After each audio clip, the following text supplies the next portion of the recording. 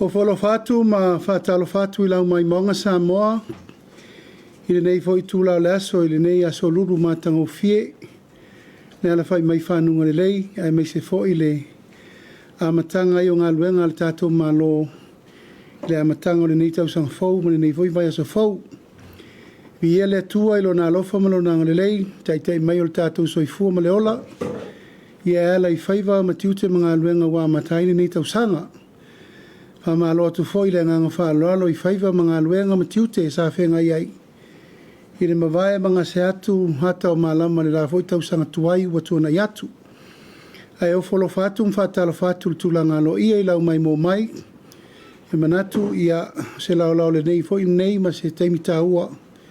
E watu ai se tautalanga ia ma se whataltan noanga. Ia ono le so, o le urua iaso o whatino ai le urua I fontanga ka peneta. Ia mori nei foi tausanga.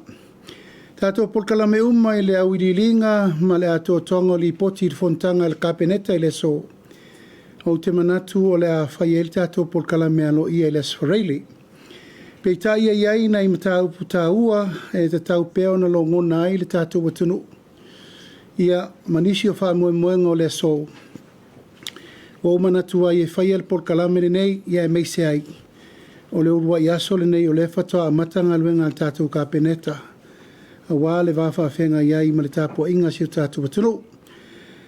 Mātou whatalo whātua I le nganga whāloalo I lau mo mai Samoa, ma alor ngā lue ia ma alo foile on sai. Whaiva matiute mga luenga ua tātou taua wā mea. A wā le amatanga o tātou ngā luenga le nei tausanga. Whatalo whātu fo I le paia ma le mamalu maurunga o le tātou autusitala le tātou watunu. Alaisi whasalalau, televise, newspaper, ia mautou whaiva alo whirima ua le wāwha whenga iai.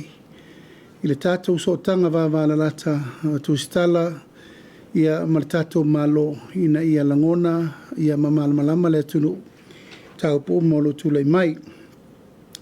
Mua o nei le tā o le whā, o te tuu ai le tunu, I se whainga malanga whapitoa, wa tui nātu mo le malo Amerika Samoa I le walauria whapitoa mo le malo Amerika Samoa le riko vana.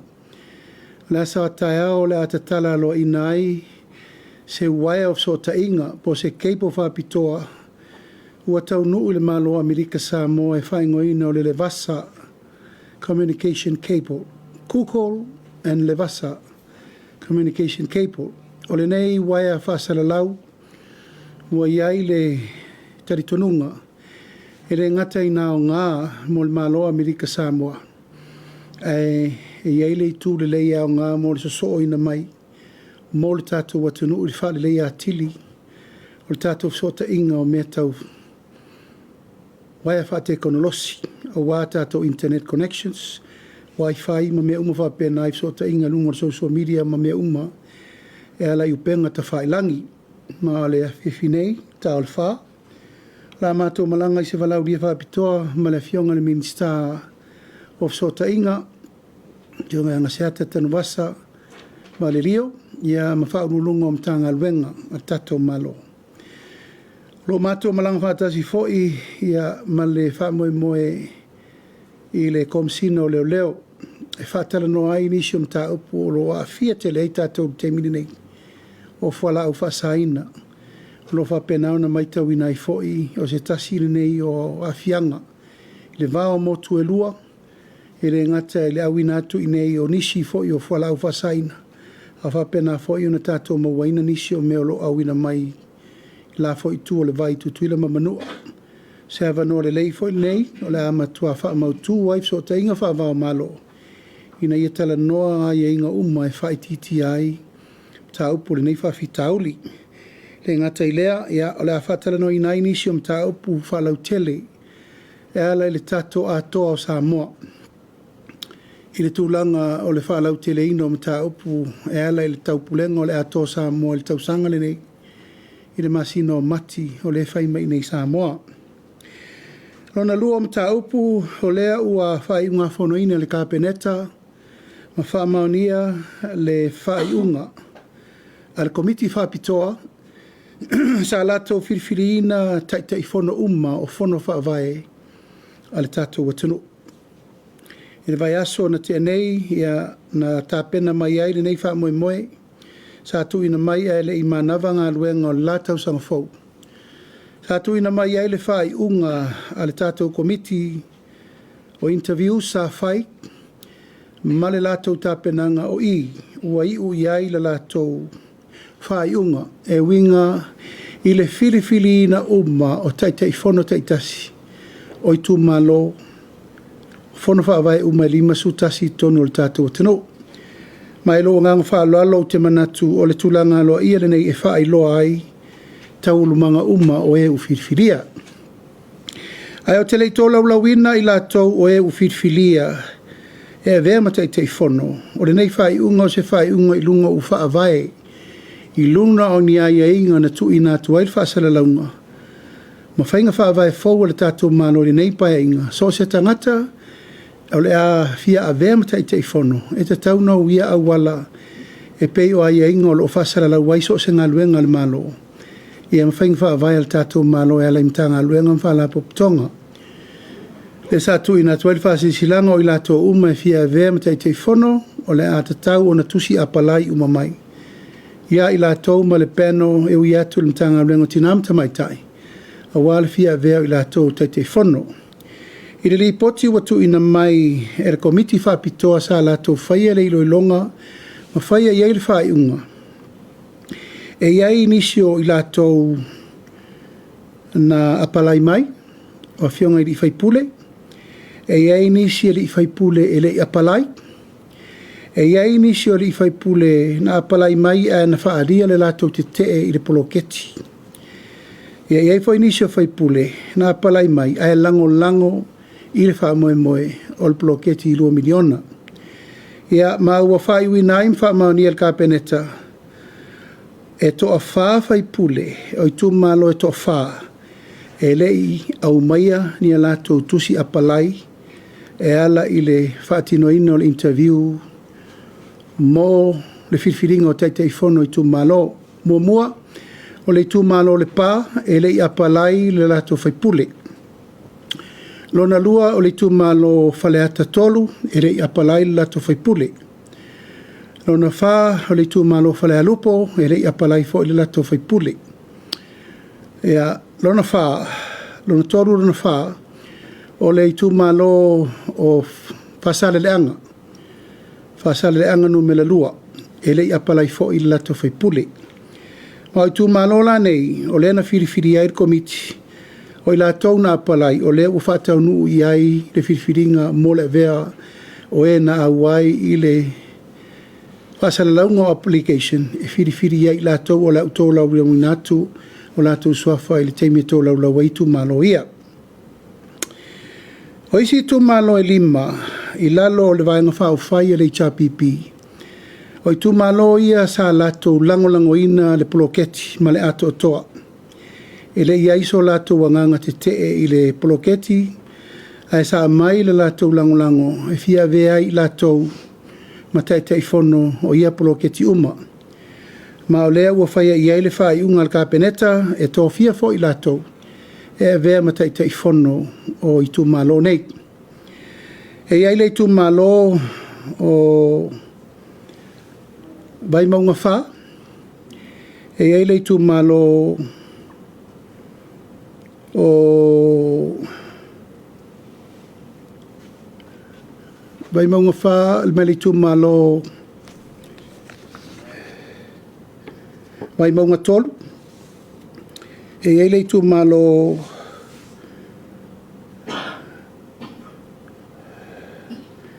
le tū malo vai maunga tulou lava le tū malo vai maunga wha le tū malo vai maunga tolu le tū malo whaasale le anga nu mela tolu o le tū malo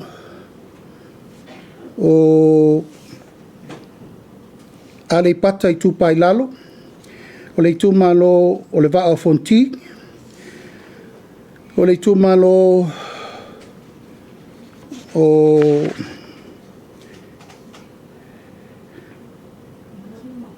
vai singano lua ma le tū malo si umu ia ma le tū malo whaasale le anga numero tolu O tu malo nei, ua whiriwhilia o lātou sui au wai, ina ia vea matai tei whono o lātou i tu malo.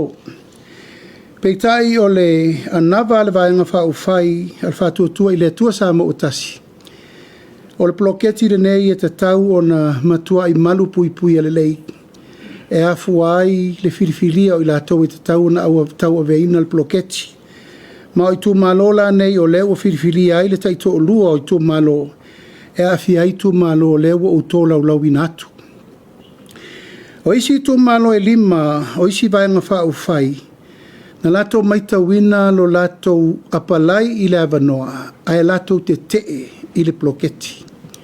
O le foi lana whai e le whai unga le vaenga whau whai, ma le vaenga na whirwhiria i a le komiti whapitoa interviews e le au wai i lato le whirwhilinga, o te whono o komiti o whono whawai. Mai wo manatu o leo tō lau lau ina atu i lātou o leo o whirwhilia aloa ia. E le tātou komiti o whirwhilinga o interviews na whai mo te whono. Ia e mai se le whai unga o leo whamaoni el kapeneta. Mua, o vai maunga mua o leo na te whono o le whionga ia paunga tala le lei paunga. Vai maunga lona lua o tamale tā, Tai Mang Jensen, ma le tai, le na tai Victor Tamapua. Pai maunga lona tolu o tai whono o le sunga ia nonu la Ulu Williams Mawia, ma le sunga ma le fionga ia tai o li iseu fiti ai masu. Pai maunga wha o tonu ufua mori misi ma tuala ule lei Cram Lima. Faleata numera tasi o manu le leua paletasala torobai. Faleata numela lua o le fionga ia le atinu Wayne Fong so yalo ma muau whaalele Mary Taeu. Faleata numela tolu o poloa o paloa Louis James Towers. Faleata numela wha o Ale Bena Ale. Sanganga numela tasi o Samaina Kiwisome Taula Papa. Sanganga numela lua o le tofa ia fata Ryan Schuster. Sanganga numela tolu o Sala Paulo Tualapoto. Sanganga numela wha o Tangaloa Tele Pasi Poloa. A ana lofi numela tasi o le tofa ia Fesolai a Puru Tuinga Mala. A ana lofi numela lua o le fionga ia ai ono a Leki Ekeroma. A ana lofi numela tolu le fionga ia Ngaseata Valelio Tanuvasa. A ana numela wha fionga ia Famsanga Leone Masame. Fale la time sa matau to fai a tele ai Christian Ausangi. E whangam fare se la o le fionga ia Masina Lupe, Makesi Masina Lupe. Sa fata mua o le fionga ia Napu Sevete i fui mono. Sa fata lua o le fionga ia tu ia fuatongi ma le fionga ia tu pai Saimasi John. Si umu o le fionga ia tu ana si leota ma le fionga ia whaalongo a swao ka peri.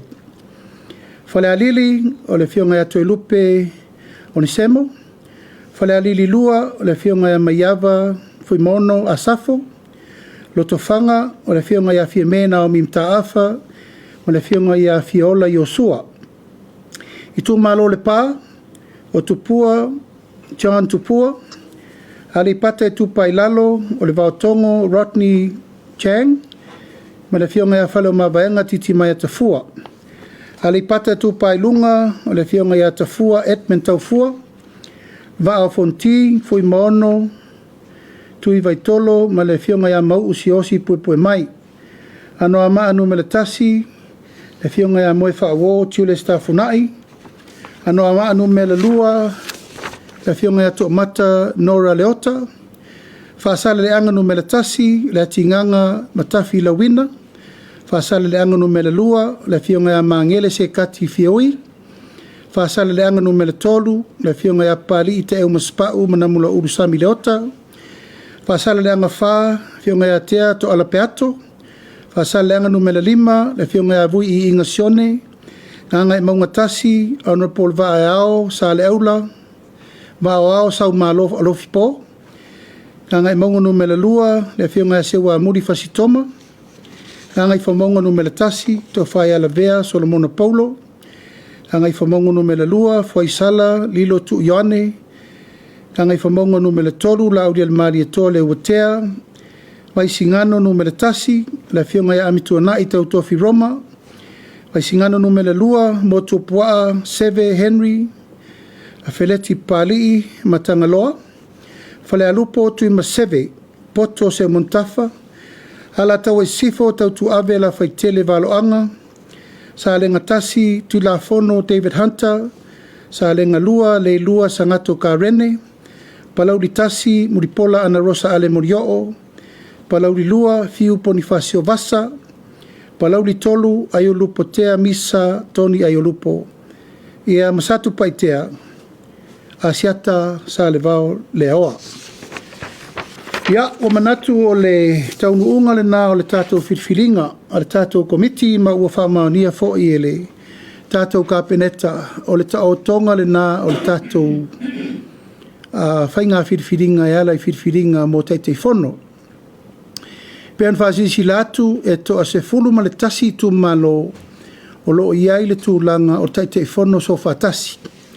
A le whasfuru isi tu malo uma e nā o le taito o tasi teitei whono.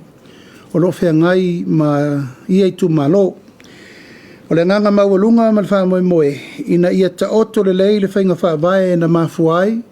O na ta pena le whirwhiringa le nei. Ia i lātou e apalai mai. Ma lātou e talia talsanga. Mai lātou e le i te ena. Le wha moe moe. O le apalai mai i awanoa wha teitei whono. Ia o manatuai o nai mata upu ia sa moa i lau wha whonga mai.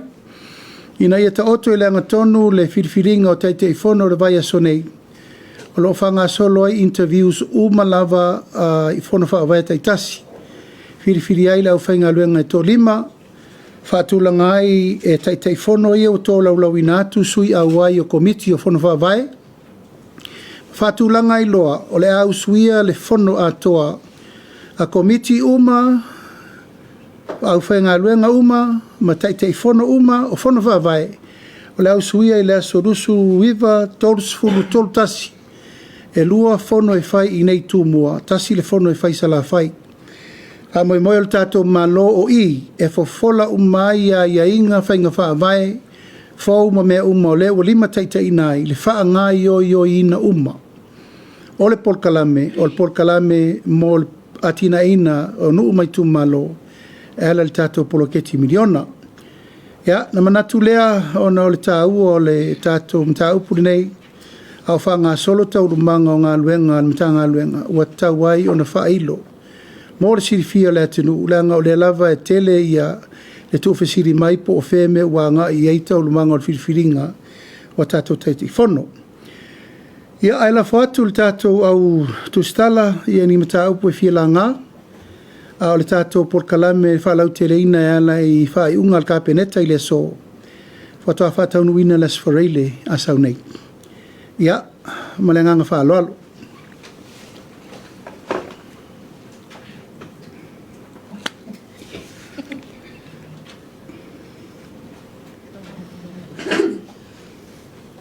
Alo whaftai, alo sau noa i lau whionga le taitai o le tunu.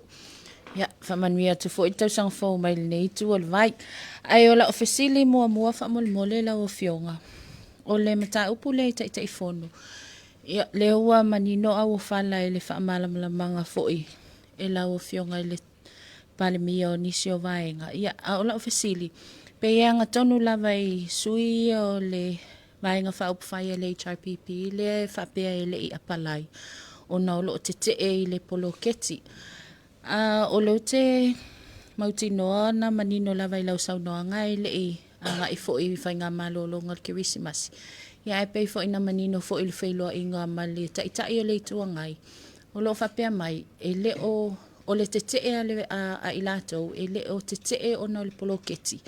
A e pei o lo te o na o le process. O le process le e a fuai o na te ai le o te e le poloketi o 2 miliona tala le fisili la whamon la o fionga po o fea tonu le sao po o le tusi na mai tauli mai na la o fionga o lo o au mai ai o lo te e le poloketi po o te e le process Ia, whaftai mo le fisili. O le ripoti le na mai I lātou na whaia le interview. O le tusia a fiel te te el bloketi to te te I whainga whaavai e fau le na whai atu. Ma o le alan na o le whai o le whai unga ia I lātou ia to o lima. Na te te el bloketi to te te le whainga whaavai le na whaatulanga atu le malo. Na whaamamla mangal na na o maina mafuai o na whai unga al komiti le mene na. Ma sa ti tiro fo el kapeneta ele failan fa unga muri na mai tau nai ol menna nan tup. Le sila vaenga o whaftaila o fionga, o le si vaenga o la ofisili fa mon mole. Ia, mole tu malo le o whasale le anga numera lua. Le oto e to fiai, ia le fionga ia mangele se kati fiau, ia vea fo ima tai fon. A leo te mana tua la o fionga o lea sa iai, ia le mta upu foi lea ta upu tau whainga pālota ale I tō malo. Ia lea fo ina whaamaoni ai le whao ngā sese. E lea fionga ia mangele o tupe o polo keti o le miliona tā la. A leo mai tau atu o leo wa toi tō fia foi. Ia e fo ini se repoti o lo whapea mai. Mai te tono o lo whaatea ia lea fionga ia mangele ma lea fio anga o iwa. O le fesili la o fionga wa lia e mai. Pe whaafif pole a le whainga o le a le process ua toi tō fia ia le fionga ia mangele a vea matai fono. Ia au le ana saisaitia I le o le ana saisaitia I mta upo whainga pālota. Ia le fo ia nginga o lo whaatea ma le a fio anga o iwa. Whamon mole lau fionga pen whai ona whamanini. Whaftai mo le fisili, tato o le sili mua. Le fionga ia mangele I whamsinonga. E le o whaamaunia I ngā le whaapea u whao ngā sel tupe. O le teimi na whao ngā le tupe. Al whaamani nonga o tūlanga le ieitua inga o le whaamani nonga whaapea u whao ngā sel tupe. O lo manino le su enga na whai. O le tupe ana whao ngā mo le atina ena o le tu malo. A le whai unga le na whai le whaamisi nonga. O le teimi na whaatino ai le distributing o le fund lava ia. E rea mai ala le tūlanga le mena le pālota e toso mai e whaamaonia le misuse of funds. Mena tauan whaamamalama. O le tūlanga le melea e le I iaila se whaamaoninga whaapea ua tauwhi ai le apalai o mangele. O na u whaamaongia wana whaona ai wale tua inga na lena sau. Apea walu mangele whaongal tupe whaio na whale mana mea. E le o iai se whaamaonia ngon nai mena tupu. O le tupe na whao ngā na toe alu umalawa e whao ngā e whai ele whare o le tu malo. O le tupe na avatu e whai to tongi, a o nofo mangele ma ave whai ele whare o le tu malo, o na ele I uma le whare o le tu malo. E la se me to tongi e tanga te whainga aluenga, le se me o whaia. E tau na ave le tupe e whai ele whare o le malo, whare o le tu malo I uma. O le whiwhilinga le na sau nei I le whainga interview mo le te whono, e na mangele an apalai. Mai le I apalai le sui o le tu malo. Ma le tutuunga le whaapea e le te tauna piki mangele ona o le te a le tu malo. O le fina ngalo I o le tu malo, o lele I o mai se whaamauni ngalo I e le malo. Po tūlanga le tupu. Po se whaai unga foi wa opo I le tu malo, pe nao se whaenga I lato, o lo te te ia mangele tanu mai laval whai ngā palota. Mai te taula matua manino le ele e tau fia I le whaai unga le malo. I le whiriwhiringa, I le ala amiotonu, na whiriwhiri ele tai te ifono mo le tu malo. Na whiriwhiri mangele, o na o ia na apalai, ma o ia le tangata o lena kuarifai, o na o ia na huia au wala o whainga whamai, apalai mo le tai te ifono. A whiriwhiringa ia le tu malo, I le mele tupu mai le mea mtau whalo toi whale. Ia o teletono le mena le wā mangele malo nei tu malo. Ia e fofo la mea la tau. A le whai unga le wa vatu e le malo. I le tangata e tūla I tau avel ploketi mo le sirima tau sanga. O mangere le wa ave whiriwhiri ma whaimtei te whon. Tasi ala o siri whamon mo le mta upu leo tai whon. Hei o leo te manatua na saunoa lau fiong. E to afani si o tau e le iai ia ni apalai, ni nisin na apalai pe sa o whamon mo le au fia I malo I tu malo. Po ai la le sto tolu whamon mo le lau fionga. O te le roa nis. Na ua malo tu malo ele iese si na maa palai fatasi. O te le i maua la po ai nisi o i tu malo na ele i whaini interviews.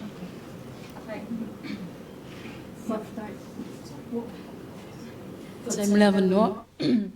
O na o lea tuali tatou taimi ai tolu o fesili mo lawa fionga. O la fesili mo mua. Lawa fionga le ase tu langa ua yaile la kapisa mo. Ma le tupe le asa au mai Australia. Po le a whaia sa tatou yuni la kapifo. Lo na lua o fesili. Le ase whaatau tonga o yaile forensic audit. Ma le fesili muli lawa fionga. La se fai unga le kapeneta i le so upol malo le wa fa malo lo ia mal fa alo lava fa ftai O le tātou lakapi ia o le lava e fa solo ia feutana inga i le va o le tātou malo ma le malo Australia e pe on sirfia ia o le tupe lena tu ina mai Australia ua ui mai le malo o le fesiri la le malo sa mo le malo Australia o fea va se ele leina whainga wha vai o le afianga o le malo i wha so ino le tupe lea.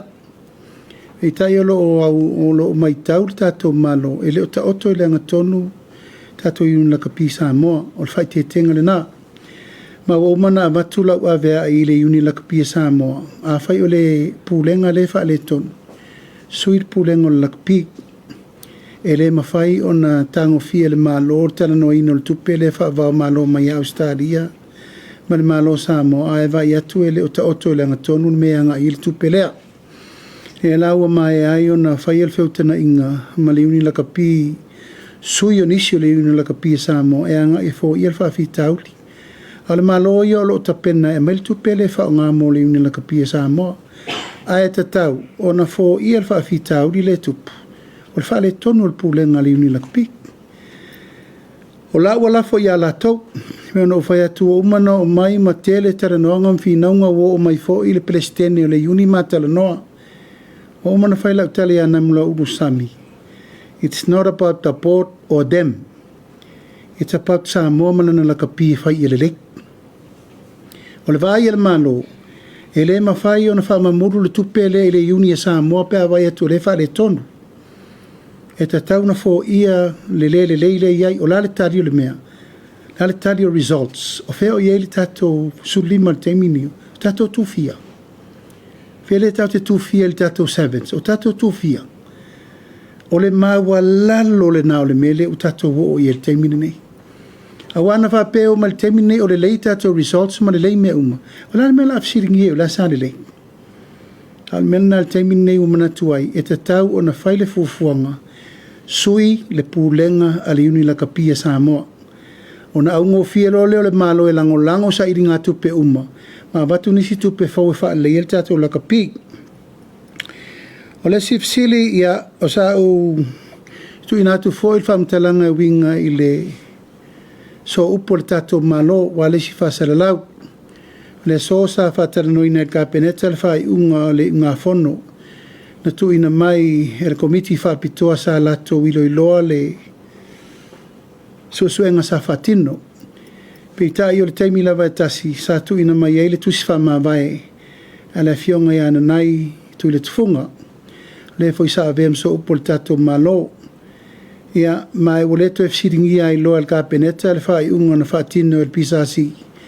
Ia ua olo le tūlanga ua talia aloa i el whaamawaenga a le sa avem so upo le malo.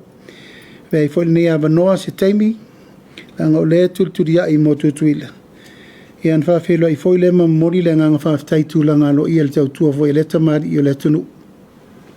A le lava u whaamawae mai ono mena tupu e ala le taupu tūla i mai mo le. Fetusa inga ma le fetuna inga sa iei le whawhita au lin tupu le seo whaamtalangan tu ina mai mo le tātou sila fia le tātou atunu. A wale seo fsili? O le tātou forensic audit, ia o le ua maea o na tue lau di liu le tātou upu nei. Pen sila fia e whaisi lave o le tātou forensic audit nei. Taunu mai le whai ngā malo i tonu. O lo tātia le mata upu e i whai se whai unga au tū. E le mawhai o na mātou muri tai I whai unga na whai eisi whai ngā mālo pe a mātou mautinoa o lo iai le tūlanga tau pena vai ili le tūlanga tāle whea ngai mani mea o lo ta oto ele tele tununga. O le sa tiro li poti a toa le masina o tiro el komiti al kabineta. E matoe fo I mai ele li poti tonu e te le wha le tonu li poti na mai momua. O lo iai le tūlanga le mautonu o le mawhaina I eise ato o toa li poti na tu ina mai le forensics audit. Ona o le tele o mena nga Yesu suenga ele maua wha maunga o li city ma source document. Mai o le upu tautino ma le manatu wha alia na wha o mai il komiti al kabineta. E te le afianga o me wha sori tu la fono o lo afia li poti le nei I le wha unga mudi. O lea ua manatuer kabineta ina ua umana whai le ilo ilonga o mata upu lo o watangi ai mea wha le tonu. O la atu ina atu sa o loa le mata upu ne I lima o leo ma lima o le loa sili e wha ua waisu suenga. Ini ai inga ma whai loa ni whai unga po a lava me la o iai. Ini mo lianga mo e afia. Na atangia ni mea wha soli tu la fono. Na whai le tato forensic audit. Ma o le whai unga muli na le wo o le teimin nei. O lau wha se e aturo le loa sili ma leo e wha tino la tau fo I wha tulangana. O ni sori ngā tu la fono ua wha tino ina.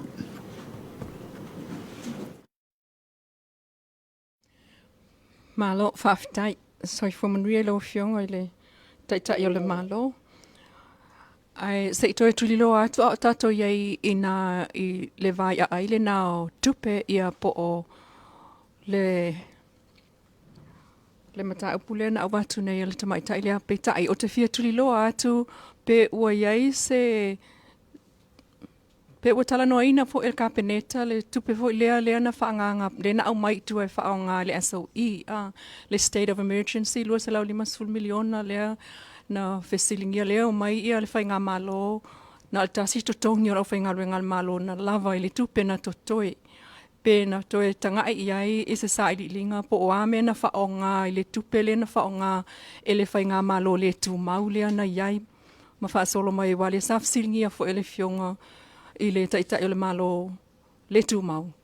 Ia le tupe lea na whaonga e li taimi ina o tau nuu mai ai tonu, lona whaonga ina. Half time of sili, wa umana sauno al minister tupe. O le anga Yesu suenga ale lato mtanga alwenga. Il tato tupe lea I le taimi le state of emergency ina ua malolo le wha malolo palmeni. Ma o lo wata tia le fionga le minister tupe e la tia mai li poti ton le mtanga alwenga tupe. No tuli atu ona o lei il tato I le vai liu lea ai o la o toe taliu mai lola il tato mta upu lea na pe ona e fonga ina mai I taitai fono. Lena e sao noa e 5 avanoa lea o le awhai a sa 3 avanoa na iai I totonu o le committee wha ai tu malo o le manager ia o le whailau tusi pe ama le teu tupe. Ia pe ta ile wa 5. Ai o le si vaenga lo fasili. O le whalongo atu. O ne iei tu malo na tai to lua mai o lato tai fono. Ai o le awa ese ai la le tu langa sui tai fono awa o tu malo sa iei o lato sui tai fono. Pe o le sui tai fono e iei lava I tonu o le vaenga o le komiti lea sa se fulu 5 ia lena tu iai. Ai o komiti la lea wha tu malo. E fia ia sui o komiti lea ua settle ai lo te mile nei lea wha o sui o komiti. Ai o lo fasili lea toi wha manino atu. E to a 5 ia tangata whainga ruenga. Wala vanoa ia. Maftai mantua le tato no fo ingale no meneto o tolu. A le o sil to 5. Wa ia vanoa fa popo e lua SML o momua. Mantua na le o matanga te fepolo keti ma le office assistants. O vanoa e lua ia o fatulanga. O le sia vanoa SML o le vanoa tangata e va ia ma monita ina polo keti. Ma le vanoa lona lua tangata e ngafa ma meta utupe ma ripoti. Ia, ona toile mal tuunga mai lalo le tangata fole office assistants. E lima ia vanona, e ese le IO, ese le tangata fai poloketi, ese le tangata e vai e tupe, ese mal tangata lea e vaia ngā luenga whaatino I tono le monitoring. I te tono le poloketi, lima ina vanoa. O tātou komiti, o leo vai o I tuma loila loifo le whape lima I nuu. E o ale sifururua le sa iai. Au isi lai tuma loi o vatunu. Le lau whapopo e au to rusfut. O tiute o sui te fono. E filifili a te fono I peto e faise sui te fono pele ai. Ai o filifilinga I leo a vatu e le tato malo te fono sofa tasi tu malo I sutasi. Pure ala to peto e faisa la to sui te fono e se mai ma te fono I lua. Alfa tulangana ia na o te fono I filifili atu el tato kapeneta. Al filifilinga I te tonu o fono vai pure la to pe filifilin la to sui te fono. Malona e lua mai ia o lato tai fono. O tu malona sa iai o lato sui tai fono. E whawhewhea la o na tonga fiti pe a o atu nei tai fono o whaipule na iai mua ma lato sui tai fono na iai na waima lato. Ai tau nu atu nei tutonu o leisi sui le to luai o le sui na tau wa mana oi tau vai lalo o le fas a pe lango foi I le fas pe tai o le amana o foi ia e avatula na ia foi sui tai fono e fa pe I la ona fofo se fa fita o le tula I mai I Sa matu tera noa wiri mena nafi. O ai ingam whainga wha vai ia na wha mautu. E lala mua le sui o le vainga wha o whai na wha tuina le bloketi. O la whau lawa umaire ia inga wha pe o le whai pule le sui le fast eve iei sui to a valu al komiti na te firfilia o lesi sui lesi te fono eve lesi vaenga o le komiti na te firfilia o le famo mo la vai ia le malo si anga e umia ai le fainga malo le tulanga o le fa foi no le tato mtaupu e o voi lai tulanga o le fa foi no le mele tsauno mai sui te fono e firfilia la ua o nei me umana whatulanga iei. A le whai unga o le taranonga. E taranonga la ua le me pito I siri na tasi iei le la finangalu. O mavoina ave iei le whautua ngana nafi. Po a iei nga e watu le maloma me uma. O le ufirfiri atu la ua to lua. O le sui o le fast ma le whai pule. O la ia taranonga le me le leimo le natu I tu malo. Ma le me pito I siri na mali lia ma iei whatasi ma le tu malo. O le mene na e whai. Pe o tūlanga le te sau no mai ai le sui te fono. O mena nai whiriwhiri e la ua. Pe to e whaise la tu sui te fono pele ai. Ma watu e malanga lau fionga se taimi nei pe au mal tātou fono I Amerika Samoa. Ai ole au mai au Lacey Capel mo sota inga Te Levavave. Is it a submarine cable? O le wala urial na lena a mail kovana. Ua tatala lesi lato submarine cable. E se mai ai mai le lato Hawaii cable lenta whai mai fo e mai re iao mai ai nei. A moi moe lava ia.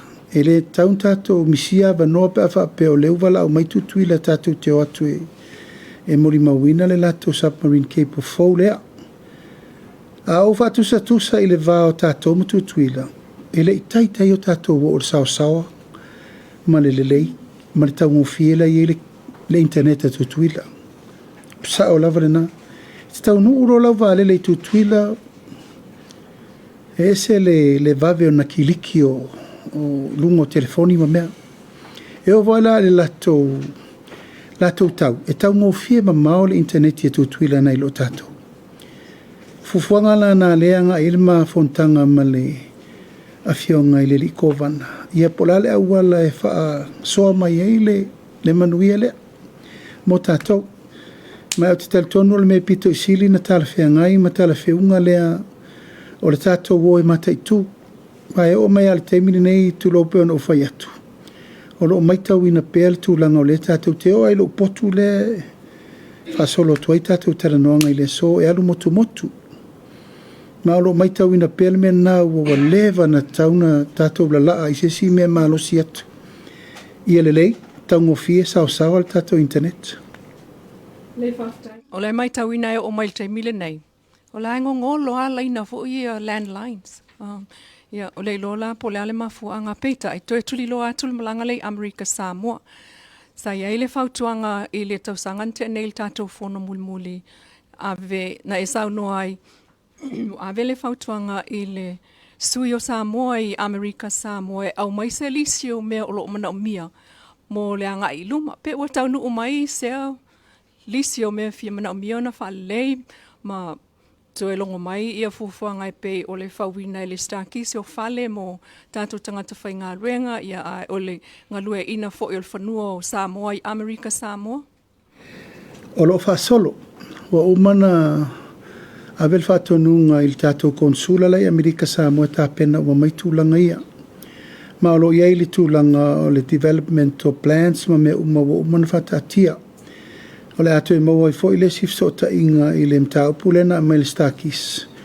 I le fase lau limas furu, fase lau, I le limas e lau a vanoa le utoe wa popo mai. Ia, mal tūlanga tā uan na o le fo I la tā pena iai. A tūlanga I le whare lei a tili o le tātou ofisa I tutuila. O le mele nā rela a whai. Yon tō si fia te minena al tasi al mela iena al tātou ofisa mal konsula. Alo iet wha moe lumana e tau whaina whai maskato konsula o whaftawa inga. Wai e ser tātou konsula Samoa ia mol ofisa. A tauna iei se trade commissioner. Mo Samoa I tutuila ma o lo wha ngā soro fui tāpenanga na. E luana e ofisiri wha mole lava. O le malo sai foi la ofiong manuia tau sanga fogo ia wa le o mai na tau sanga no le tuai o taimi o tatu fontanga ma to wa le fitala fiangai ai o la ofisili e toi tuli loa tu pelmata upu I fon fa vai o na o le o fa I loa e fa sto tele o ila to o le toi tai fono mai ia wa manino la usau no anga le amatanga o le tamo faingal poloketi o le ana una wale malo ina ia avea pea e tai le fon fa vai matangata o le vai fa fa fast ia a le tūlanga la le tuli lo atu o ani mafua anga tala fea ngai wa ai le komiti mafua ai ona le toi tu wale ava no isi sui fai pule tai fono ai pem fai ona fai lo la fionga e fia malama o ila tūlanga lea. Waina isi fai pule o lo saunga le mua ma le leina fai ala tau lipoti. E pe o lea e au watu ai lunga I lo la tau tatanunga e whaate ia. Ua le toi tai fono atu. Ngata ia e le o toi tai fono o le itūrai o. O la tau e apalai. A fai e te le apalai. E le whain whiwhiria o e vem tai fono. To fale no lau atua. O le si to alima. E apalai. A to mai maltusi te e il bloketi. I le mai taula al komiti. O le ale anga apalai e te o sautu te il bloketi. E le wha maoni le mea. O inala na mafuai foi. O na le firfilia e vea ma tai fono. O no le mai tau al komiti. E le mawhaina sausia tangata e tau ave le te fono ina o le fono vāvai. A te le bloketi. Nana laina whaatino laval mena o lano inga atu whawhenga. I toa whale au le apalai. Ma le toa lima na apalai. A toa e wholo mai ei tua ma le bloketi. O le mafu angana na laina na le whiwhiria. Au la tau lava ia na apalai e au noa ma se te lango. O le na avele ava noa. Le si toa lima le no uto lau atua. Ia ai fo I malwha malunga le vaenga whaafai. Ono le pui nga lava. A to si sila nei ina ua whailifi inaunga I le whainga pālota. O le maule le na ave. O le poloketi. E tai lava le vaenga whaafai. Ono le popolenga la le mea lea. Tu lau lava. O lo iai suenga o lo muri mai. Suenga na. e leo mana e tango fia le temili nei poloka ai le whaalunga i rumo o le plokeki. Ai muri mai so engana i tu malo o la iai le talitonunga na wha le tonu le wha foina e a fia e la manisi o whai pule leo le te whiwhiri al temili nei. E foi manisi o whai pule o lea ua tō fia la val temili nei ono lea ua lato muri mawina e lango. A le wha atali e su enga inisi o mea o lea na maita wina ia na wha o ngā se e tupe. I le vai mamaola wha solo i luman ngā luenga. Firifiri i lātou fau, firifiri i lātou na te real bloketi, firifiri i lātou wa qualify. Wha solo i luman ngā luenga. Ar wha moe la vai e le vai li ringa moe mea watea. E re ta tau o na wha la fieni mea wha le tonu na vai ai. Pea whaita te alo lofa le bloketi rinei. Nono winga e tau na wha malama le lei pea na sao tau lumanga o wha solonga o tupe na wha aru. Ia a le wha moe la vai o leo firifiri lātou wa qualify. Pi fea, masao, na apalai, le apalai, langolango, le langolango. O leo piti lātou ia leo whātu la i mortemine nek. Tai lava i lau saunanga. Nawa fionga, o le tūlanga fo i le tūli loa atu ai le whaai unga ua whai ai le toi whiriwhiria o Mangele. I le tofi o le lato i tū mālo. Mana tua o le whamasinonga, ia le wai whailo i le aso. O le timing le pe e na sasi ai. O na ua whao ngā i le taimi tonu. Lata i le whai ngā pālota le matu ua to polo keti. Wa lewa o na apalai tangata. Ai whato a whao ngā i le taimi lea. Nawa fionga. Isn't that a misuse of funds? Wa lewa wa whapea mai malo e leo ia ise mea o whao ngā i Mangele mō lona lava lelei. Ai o lewa ai al whamasinonga i lau tiro iai sa o whaanongolongo iai. O le timing lea, ua whao ngā i mō lona lava lelei na ia tūla i mai e le whai ngā pālota. La se tiro le tau komiti. A tonu tau te mau ese ai le whaawinga ina o le men tupu. I tula whono whaawai o le distributing o le bloketi miliona. E le aini ai inga whaapena whai. A o le teimi o le pālota o whaasantu ftufa. Mena tauna toa ia whaatontonu. Leo whaatati e whainga whaawai e tauna whaifufuanga pe ala talata whainga pālota e le tauna toa tangawhia me tau bloketi. E tangi ai me tonu rale te sauno iai. Ma whaawinga i whapea. O le whao ngā te mise, o whao ngā se Mangele morona le leik. Which is to be fair to Mangele. Na whao ngā ave mo le paketi mo le lei o le tūmalo. Ai re whape o aru i ateia. Ne si tū whape e aru lona whaiva i mea pālota. I tangata ono lona taimi o leo whao ngā te mitono le pālota. O se ai inga o leo tilo i erwhai ngā malo. Transition period. A olo le keimir whai ngā pāloka wala laka inga o le whai ngā pāloka e kaunga ia. Taun tapuni uma whona whama e rei o le pāloka e kaofi e la melea. O leo na ia whapea ua whao ngā e whai pule. Le le teimi neim te whono le teimi nei tupe mo le lato le le teimi whai ngā pālota. O se mea na o ina mai ina watutupu mai le melea. Al whiwhiringa la vai o Mangele i le tūlanga sao. I le o steimi mole na i le lu i lea. Pisa mo fo yo no fa nga al tupe tongi fa nga fa bul fali le wakilia ai mo le fa solonga mo le rumana e taun fa ta tia fa nga va vai pe no fa mtala inatu ina ya waini to ya tangia po fe sao pe na fa nga ya wala se pe fa nga i winga se e pe fa nga ni fa manianga ina ya mawaini me pe lenta to mai ta ul palot ya ia manga ia fai me se food Eyo. Le e a e to kusili la pa ia. Ia tato o kai sa fanga pe le ia e to no le. O tanga ka ni tape e se pasene fa mon mole. A le ia e a on. ia o te le i maua mana ia lo fio sa o te fesiri ale mar ne te va vetu sautala. Au te lo se te mi se sa foi mai tu tuela no si sa o le ale mat ena sa o le sfale le mo se tari le le pasene na ti mana o ye tato no pifa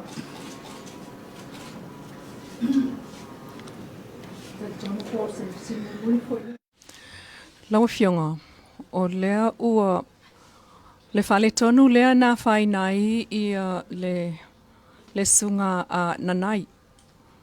Ia leo wha vai mai petai. O ana nei lea na whaali ai loo whaangau le malie I nisi o le vaenga foi lea whailau tusi pol ofisa tusi o le official palmia pol kabineta foi. Ngol official palmia vaenga le savali tustala o le savali. Pe aisea ua le longo tuai mātou. Masani ai. I whaai unga whai I le totofi leo tangata whai ngā luenga fau. Peitai. O le tali mai, e o ia lātou te leiloa pe a o le ua ilunga o whaasalonga te lewa vave I le tōwhinga o fui mapuao, pef o ne semo. So, o te fia iloa la, o lona winga, o lea lava ia tangata o lea e liki atuai ia whaai unga whai ar kabineta po ai whaai unga ia. A o le ia o mai I le ofisa o le whailau tusi, office tusi ale malo, e avatu ai whaai unga whaapea po le ale sa onga. Ia atonu le tausanga fōre nei. O le la whata ati e le whainga whaavai sao a taun tato iei. A tato vai ni le mea lea na fia I le whionga iana nai. Ia o le la wasa tau mate po o le forum le nei o te tau tala tuai. Po le forum e mō mai lo le whai unga whasara lau roa. O lea e masalo le tausanga ni whata ati e sao a ial mele te atu ngaduai. A olo le temi la whasi sila ia wanoa alo ia o. E tauna latu I ni le tato forum le nei. Pena lena tupu o mawal whai unga ave sao le mei o whasara lau ni tau. Ia o le le tato forum le nei whasi sila alo ia I maa mai umai o tau e. Mai umai o tau e whaile mea lea taun whasi sila. Ia o le la tau whatula ngatu le tato mta upu whapea o fwela le mena o te whasi sila alo ia le sfarele le mta upu le ia fwmpuao ma le tato pisasi. Manisi o whai unga o lewa umana whatulanga alo ia. O te tono le tūlanga na ina iauene I to eise whenumia I malmere na whesasia I aiwa. E se whasalaunga na Amerika peneta, e se whasalaunga o whasalaunga. Tailau nau e sau no mai le swafa lea na whaasalau nei lungo le Facebook. Yo lono winga lau nai wha maonia. Na le fia ilo tonu pe wha maonia sau. Sa whapeo te whaalialo I ala sfalele, alanga lewa e fsiri mai e wha maonia. Whamaunia o sui alo ia o leu whao popo I lalo le komisio le pisasi. Ina wa whetu nai ma avele avanoa whatulanga inisio avanoa o e sa I to tono le pisasi mo mua. Le fionga ia uralo whai ngā fonti. Ia o lewa ia inisio mtanga luengo le la whetu nai il tato malo. Ai o sui fau o le tato komisi o le pisasi. Tofi ai le fionga ia whunpua o Nsemo. Ia ma le fionga ia ape nono maro sofara. Sui nao to lua o le tato pisasi o lewa ia I le taimile nei. E whaina inisio to finga na whaile so. Ia ato ai ma le whamoe o nisi o whaasaralaunga o nisi o tato to finga o wanoa. Pe whanau tau silfia ia o le so e umalo ia I le taimi o le tato lo I sili. Ma o lea ua tapenai se tasi e tau avea le tanga luenga mo teimini nei. A o loo whaasolo I tau lumanga o le interview mo sesi e tau avea le official lo I sili. Whapena fo I le tūlanga o le tātou audit. I le tūlanga o le tātou o kita sili. Suetu sili, a tātou malo. Whapena fo I ona tapena lo na teimi umolo. Whanga solo fo I tau lumanga o le tapena ina le foi avanoa al tatou malo. Tonu mai le tatou whainga malo I tonu ia ua ta pena le whai unga I le ofisa surwhainga. Peitai ia e lei whaataunuina. O le la ua toi liliu el tofa le kabineta. E toi whaasalalau le whaasalalau ngā le tatou ofisa surwhainga. Le la ta pena fo I le whaasalalau I le teimini nei. Ia, manisi lava o tōwhinga I lano le pule siri langolango I mtanga aluenga teitasi. Masa whai e fo inisio whai unga toru pe wha nei le so. A se I whaile tātou whailo inga les whalele na whailo alo ia le mo tū lo ai. E langa le wa sauto fisiri e tau no tari atu. Lau fionga, o koi mako ao la ene o se sui fonti, o sui pa o poko la uma. O kisas. Sui fau. Sui fau. O lea ua tu muri ese ia fontik. Ai sui fau leu wha ma vaenga tolo isa iai. Tolua sui sa iai o lea la ua ave sui fau e tolua. Funi puao ma ape. Ia whatasi e malte te fono lo tu mo pelte te fono le whiunga anon.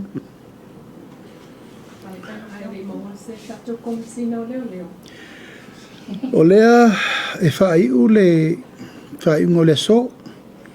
A pe tauna o atu le vai so fau a tō lau tātou komisina fau. Wa iu iei sa ilinga tātou komiti. Ia mwhansolo I fo I lea tūlanga o le tātou leo. Ia o lo whaatino pēr ngā luenga le whiunga le komisina langolango. Malem tā ngā luenga le nei teimpi. A whautosi si lea tūra ngā luenga te le whaasolo. Ia ko kere fifi ko karango mai whalau whasainga. Le amsisi of siri mai. Ia sa wakaturi kasi tūra koilele o atai o whaari. Ia wala o fionga minsta o liu. O te iloa o lea no o mai ma e sila fia ina tūra ma lea. Ia ai me sei foi. Tūra koilele o le tātou no whaatasi ai mai whamasino. O wa wakui kai. Ia e se iwanga nā ua whaamaumia so tūra wholo. Ia te amai foi se patanga na whamasino. Ia sa foi mai tō komisina le tuma. Ia ai whaari mai ai e afumasanga e tāwea ngai whaari mo sanga le mua le tunu. Nau fionga le asau tō wha I e tūlanga lea. Ia, o le mea usau no I e komisina e tarwhea ngai. Ia la lau kalala whai aku. E pei whai oa. Na charge lo au, I roa umalalangi a ko oa. O la le mea o la le whai loa I la ko ua charge. O whea vase aile lainga o kangaka ua charge o na I loa le. A wha pēla se longa e charge o whalau vasaina na whasa lea musu e whasara lau. A wha whea au nei leo taitai o le malo ngā ngā charge au I loa lalangi a ko le mingu ke muri muti. Pule leo lato ngā luenga. A elo nei tūtāua mo lo ulangona o le tūtāua.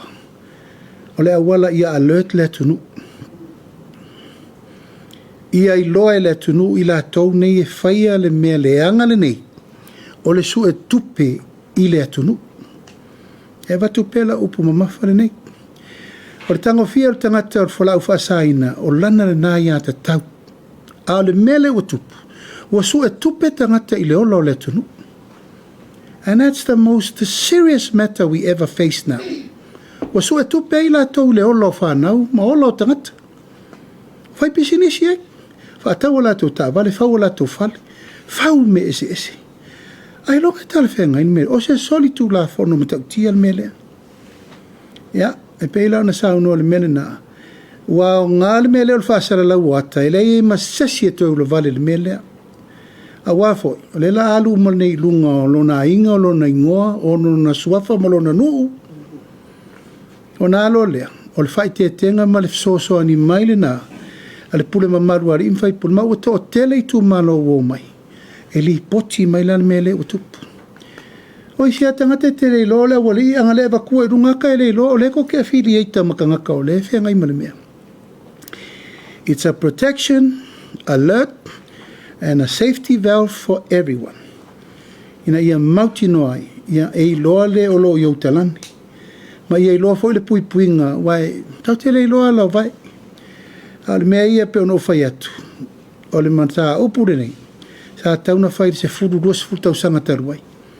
A la mea leu tato vavai. Kau kia fale o kangaka. Kau kia ka vale feo ai. Kau kia lifestyle a kangaka. Ai sau mai fetu pei. Sau mai le tunu. Sau mai alo ma whanau ma le mele tupu o matua. Ele ai, na o toi titi fitus furu lau tai ta whaingata. O ai la tu utala loa o mai pule whaasala lau. O le mea saona, ua fuli le au trak tila sine. O le whaino mai tau e tele wha maumonga I wa mai. ola le numela o le au taxi e afia le kiliva ina. Ia mo le no fouta fo e lau fai taxi uma. O numela e wa mai, e le aia masesi e tau moalo. Na o fo ye fu nga tato malo wa afai o le awala le ufa ngata vale la iti kiliva ile mea. Ia no fouta le tanga te me mo wal paul me fa te puni le taxi, te puni im taxi stand. Puinga na tauna fai mele fa nga ele wali ia ave ta vale la iti o e kiliva o me fa pe. Ele fai le to tau mo alo le malo. Rino to inga mela nei la nga ia fa nga se na foi na fai le malo tu lango ta vale la pasese so soni mo le tinga no aina. Tu lo lava i lato lo fa maoni fai pe lato tuti. A le tele o like sene nampa sia wa mai o leli potia mai. Ia o ile pe o malo sina mafuli e fa ngata vale la ITFO e kiri vai mea. O na se la patainga. O le ufa solo lava nga luenga leo muni nei mai sala fai fa no tele. Sfuru montupu a fieta mai ta i to toru to fa. Ai maua mai sa va ile aisa. E muri nei, ile se me fo 11 fai. Ya, o ile fai, o ita fia, o a matan pui. Fai il malo. Le wanga ine ye mtanga luenga leo. A matan tato wo fai nga luenga la vea i mol tato tano. Ya, muri le ngang fa aftai tele tato o fa sala nei fo tula le aso. A foi ta ingon nei aso mal fa mo fa aftai u tato tu fero ni to san fo fi vai atu ya auto tu o mai mi se auto sa tato filo.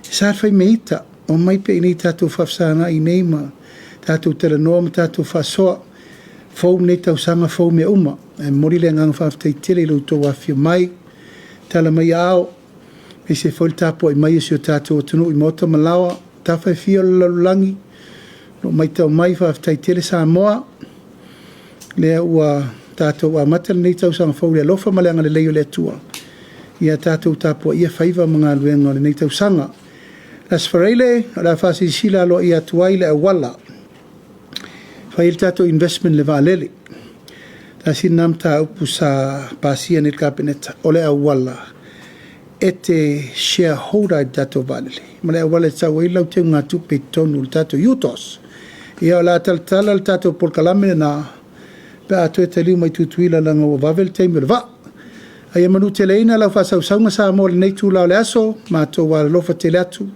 ia fu fanga fa ingol nei ba aso e mai se ta malama bo mo fa so foi mai manuia